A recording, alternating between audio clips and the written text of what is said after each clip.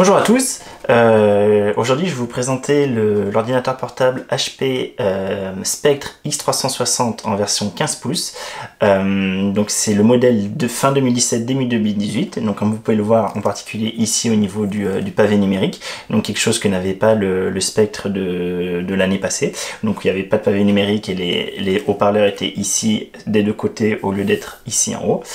Et donc moi en fait cet ordinateur, si je l'ai pris, c'est pour remplacer à la fois mon ancien ordinateur portable qui était un Asus N56VZ qui a bien 6-7 ans voire 8 ans maintenant, donc qui est quand même bien épais, bien lourd, un peu compliqué à transporter et qui commence à faire bien en plus, mais donc à la fois cet ordinateur portable, mais également une tablette Windows, une Dell Latitude 5875 si je dis pas de bêtises, et donc je vais vous montrer, donc en deux parties distinctes en quoi cet ordinateur me permet de remplacer d'une part l'ordinateur portable et de l'autre côté la tablette. Donc d'abord on va commencer par un petit tour du propriétaire, hein. Donc voilà, vous avez une idée de ce que c'est une fois plié, donc une form factor, un encombrement bien plus réduit que mon N56VZ, donc là je l'ai pas, il est au boulot, mais donc qui doit arriver à peu près là, et à peu près là je dois bien rajouter 3-4 cm, ouais, 3 cm dans la longueur et peut-être 1 ou 2 cm dans la profondeur facile, plus l'épaisseur, un bon centimètre je dirais. Donc un ordinateur un ordinateur 15 pouces qui est donc très transportable, c'est vraiment quelque chose d'agréable, en main.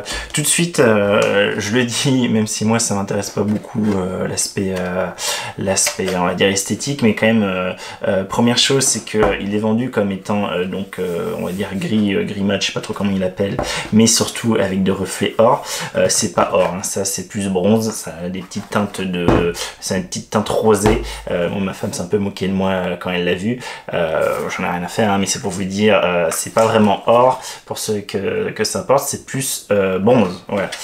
Autre chose que vous pouvez voir tout de suite, voilà, si je le mets un peu au soleil comme ça, il prend les traces de doigts. Bon, moi c'est pareil, c'est quelque chose dont j'ai pas grand chose à faire, mais effectivement, si vous êtes un peu maniaque, c'est un ordinateur qui prend des traces de mes doigts, donc avec, alors je sais pas si c'est du magnésium ou de l'alu, je pense que c'est plus de l'alu, une bonne sensation de solidité quand même, quelque chose qui, oui, je force dessus, ça plie pas dans tous les sens du tout, en dessous non plus, donc quand on appuie ça fait pas, alors un petit peu au centre là, vous l'entendez peut-être, mais voilà, dans l'ensemble c'est très bien construit. Et ça inspire confiance. Bon, moi j'étais pas du tout HP, hein. C'est pas une marque du tout qui me plaît pour tout ce qu'elle a pu faire comme bêtises par le passé, tous les ordinateurs portables cramés parce qu'ils mettaient tous les composants qui chauffaient les uns à côté des autres, des choses comme ça. Mais c'est vrai que ça fait quelques années maintenant qu'ils ont meilleure réputation, qu'ils s'améliorent, qu'ils font des produits qui quand même ont l'air bien plus premium et qui apparemment fonctionnent bien. Donc voilà, donc juste pour le tour rapide, pour vous dire ce qu'il y avait dans le carton. Donc moi je fais pas d'unboxing, hein, c'est pas quelque chose qui me passionne non plus, mais donc on a cette housse qui est fournie, d'accord, donc une housse assez fine, mais avec un espèce de matériau un peu néoprène, alors je vais pas dire mémoire de forme, mais si on appuie longtemps dessus, hop, on voit qu'on a les marques qui restent dessus, et donc ça a l'air quand même, je pense, si l'ordinateur tombe dans sa housse, si l'ordinateur tombe par terre alors qu'il est dans sa housse, je pense qu'il n'y a pas beaucoup de soucis. Donc une housse fine, classe, je pense que c'est pas mal pour ceux qui veulent l'amener au boulot, hein. C'est sobre, efficace et pas cher, et donc surtout fourni avec dans la boîte, donc ça c'est sympa. Ici il y a le petit logo HP, un petit truc marqué pour dire que c'est depuis que ça vient de la Californie depuis 1938, voilà. Et donc cette housse donc scratchée au niveau de l'ouverture, et avec ici en plus possibilité de venir mettre soit un stylo soit un stylet, d'accord, avec une butée de l'autre côté. L'autre chose qui est fournie avec, c'est le chargeur. Donc c'est un chargeur 90 watts, si je dis pas de bêtises, c'est ça. Chargeur, hop, 90 watts, qui fait donc une charge rapide avec toujours les trucs habituels. Ça c'est bien pratique en voyage si vous voulez prendre votre chargeur. On verra que c'est pas obligé par la suite, mais si vous voulez prendre votre chargeur, si vous avez un câble comme ça en US ou en UK ou en Australie, vous avez juste besoin de changer de câble et puis c'est bon. Et de l'autre côté, donc un petit scratch pour venir ranger le câble, le petit truc en plastique, la petite bague en plastique, je sais pas si vous voyez bien à l'écran, je vais mettre mon doigt en dessous, hop, la petite bague en plastique, on peut venir se cliquer sur le fil, ça peut être pratique ça aussi, c'est toujours sympa.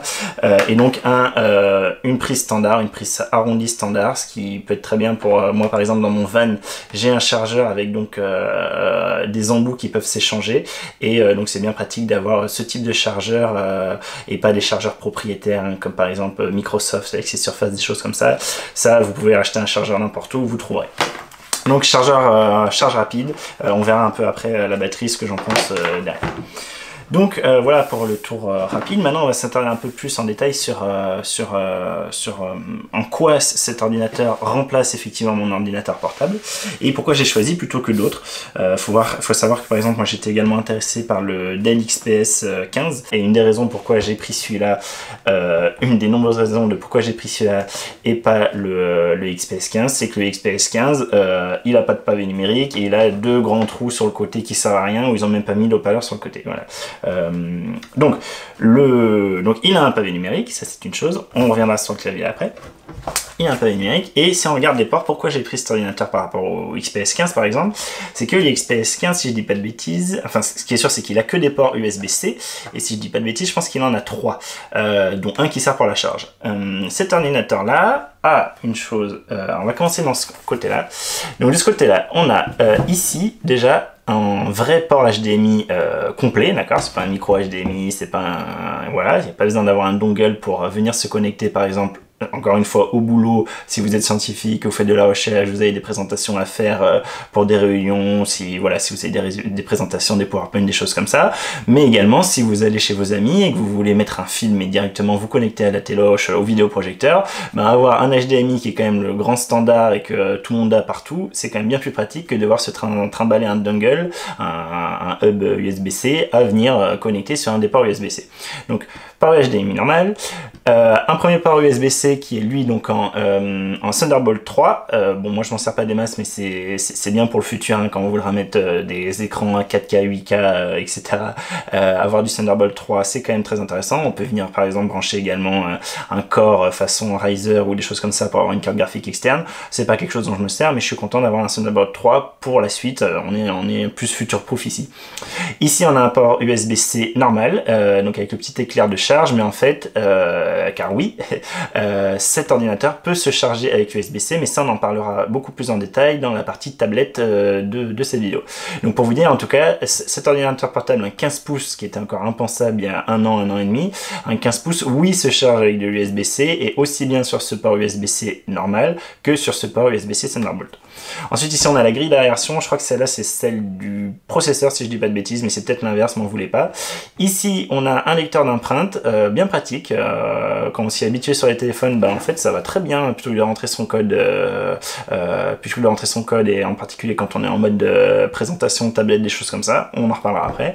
Ici un petit rocker de volume, moins plus, bien pratique aussi, encore une fois quand on n'est pas en mode laptop, pas en mode ordinateur portable mais en mode autre chose, qu'on utilise l'écran tactile, on est bien content de pouvoir directement régler le volume là.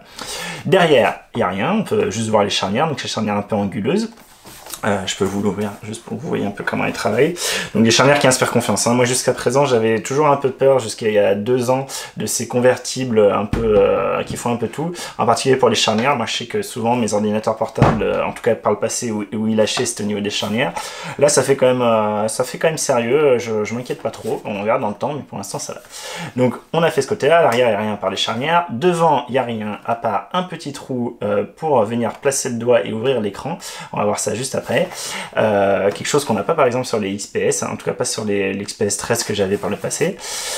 Et donc le dernier côté, on a ici ce que je vous disais, la prise, donc prise de charge normale, donc une prise ronde classique. On a un port USB-A normal, donc en USB 3 évidemment. Ça moi c'était indispensable, à la limite le HDMI je pouvais faire une concession dessus, même si ça m'aurait beaucoup embêté pour le travail, mais ici un port USB normal c'est complètement inconcevable pour moi de ne pas en avoir. Après effectivement quand on veut des choses plus fines il faut passer sur de l'USB-C, mais là quand on a une épaisseur comme ça on peut se permettre, et voilà, indispensable pour moi. On a ici le bouton d'alimentation, la grille qui donc je pense c'est la grille de la carte graphique, mais je suis pas sûr, sinon c'est la grille du processeur. Ici, la prise jack qui fait donc à la fois micro et casque. Et ici, moi ça c'était complètement indispensable. Et donc encore une fois, contrairement à l'XPS 15, ici on a un vrai lecteur de carte SD full de vraie taille normale. Et pas un micro SD comme sur le XPS 15. Donc autant vous dire que ça, quand on fait de la vidéo, quand on fait des vidéos, quand on veut transférer ces vidéos, bah, c'est quand même beaucoup plus pratique. Et on va en parler plus en détail juste après. Une chose qu'on peut voir aussi, c'est sur l'ergonomie générale. Moi je sais que par exemple les MSI de gaming, là les MSI qui sont tout fins et qui m'intéressaient, ont par exemple le port de charge, au lieu d'être sur un angle au bout là comme ça, ils sont en plein milieu là. Donc quelque chose qui est souvent reproché, ce que je comprends tout à fait. Et en plus ils sont du côté droit, c'est-à-dire que quand même la majorité des gens est droitière, la plupart des personnes sont droitières. Et le fait d'avoir ici le câble d'alimentation qui sort, ça fait que quand on a notre souris hop, sur la droite qu'on veut travailler, ça je vais l'écarter, voilà.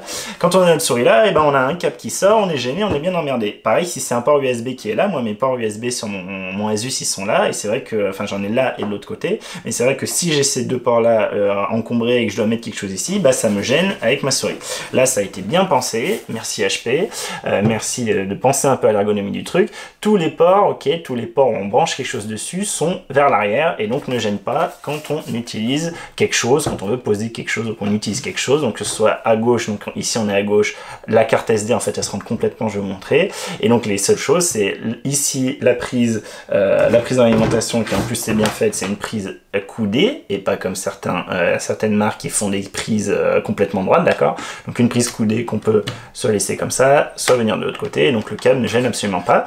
Et pareil ici on peut venir brancher une souris et quand on est droitier on la fait passer par derrière, on n'est pas emmerdé. Alors, ça peut paraître un peu bête de dire tout ça, mais encore une fois si vous avez vu mes vidéos sur tout ce qui est appareil photo, caméra et tout, moi la première chose qu'il me faut dans un produit, c'est un produit qui me fait pas chier, c'est un produit qui est ergonomique, c'est un produit que quand j'utilise je me dis pas mais c'est pas possible, des mecs qui ont pondu ce produit ils l'ont pas utilisé, c'est pas vrai, s'ils l'avaient utilisé ils auraient bien vu que c'était pas bon ce qu'ils ont fait. Donc voilà, moi je trouve cet ordinateur très ergonomique à ce niveau là, tous les choix d'où sont les ports sont bien faits, les soufflettes ici sont un peu décalées, pas complètement à l'avant, ce qui fait que ça souffle pas directement trop sur la main, on n'a pas la main qui chauffe trop comme sur certains autres ordi. Bref, pour moi à ce niveau là honnêtement HP a fait un placement de port qui est parfait pour moi. Voilà, qui est parfait pour moi ce placement. Donc on a vu un peu l'ensemble des ports et on va s'attarder un peu plus sur ce lecteur de carte SD comme je vous disais. Donc qui, avant toute chose, si vous avez fait un peu des recherches poussées sur cet ordinateur, vous avez dû voir que c'était un des lecteurs de carte SD les plus rapides du marché, en tout cas sur ces gammes d'ordinateurs. Il faut savoir que, alors je ne sais plus exactement à combien il monte maximum sur les tests officiels faits par des pros, mais moi j'ai fait un test avec ma carte Lexar 1000X 128 Go, donc qui est donnée pour monter à 150 MB seconde, 150 mégaoctets par seconde, et donc j'ai fait les tests de copie de fichiers, des photos et de la vidéo 4K, et je monte effectivement à 150 MB seconde, c'est-à-dire je capte la vitesse donnée par Lexar, donc déjà c'est une bonne chose, c'est que la carte arrive vraiment à cette vitesse là, et l'autre bonne chose c'est que moi je suis jamais arrivé à des débits pareils, et en plus c'est un débit constant, c'est-à-dire que je lance ma copie et je suis direct à 150 MB seconde et je finis à 150 MB seconde, c'est très très impressionnant. Moi j'ai jamais vu ça. Pour vous donner une idée, donc j'ai refait un peu, j'ai refait à côté de ça les tests, donc toujours avec la même carte SD, la Lexar 1000X, et donc avec ici ce petit adaptateur que vous connaissez peut-être, qui est un adaptateur en USB 3, c'est le Transcend, qui a l'avantage d'être tout petit et de quand même bien marcher. C'est un qui est très réputé sur internet, donc avec un micro SD full SD. Et donc en mettant la même carte SD là-dedans, je suis monté au mieux, j'avais à peu près, ouais, en moyenne on va dire, une vitesse de 85 MB par seconde, assez stable. Et j'ai fait un dernier essai, c'est avec un dongle, avec un petit dongle USB-C, donc qui est là un OK, attendez que je dise pas de bêtises, c'est le CBC 155. Je sais pas si vous allez le voir, voilà, CB155, donc qui présente donc un VGA, un HDMI, de l'autre côté une RJ45, deux USB normaux en 3 et un USB-C, et de ce côté, donc de ce côté-là, rien du tout, et de ce côté un lecteur d'SD normal, un lecteur de micro SD. Donc ça, j'ai fait le test également sur les deux ports USB-C. Alors je pense que la limitation vient surtout de ce dongle qui est pas hyper cher et qui, bon, moi c'était surtout pour avoir la polyvalence, pour pouvoir l'amener et du coup avoir un peu tout sous la main. Donc pour vous donner une idée, là ici j'avais une vitesse de alors environ quand je le branchais sur le port hop, quand je branchais sur le port USB-C normal, j'avais quelque chose comme 20-25 MB seconde, donc voilà, par rapport à 150, hein, je vous rappelle. Et ici, j'avais quelque chose comme entre 30 et 40, avec dans les deux cas des débits assez variables en cours de copie. Je pense que ça vient de ça. Mais pour vous donner une idée, voilà, vraiment, mon point est ce port de carte SD est vraiment très performant. Bravo HP, ça fait très plaisir à des gens comme moi. On va maintenant ouvrir le... Hop, on a fait le tour, on a vu les parts, et donc on va ouvrir la bête.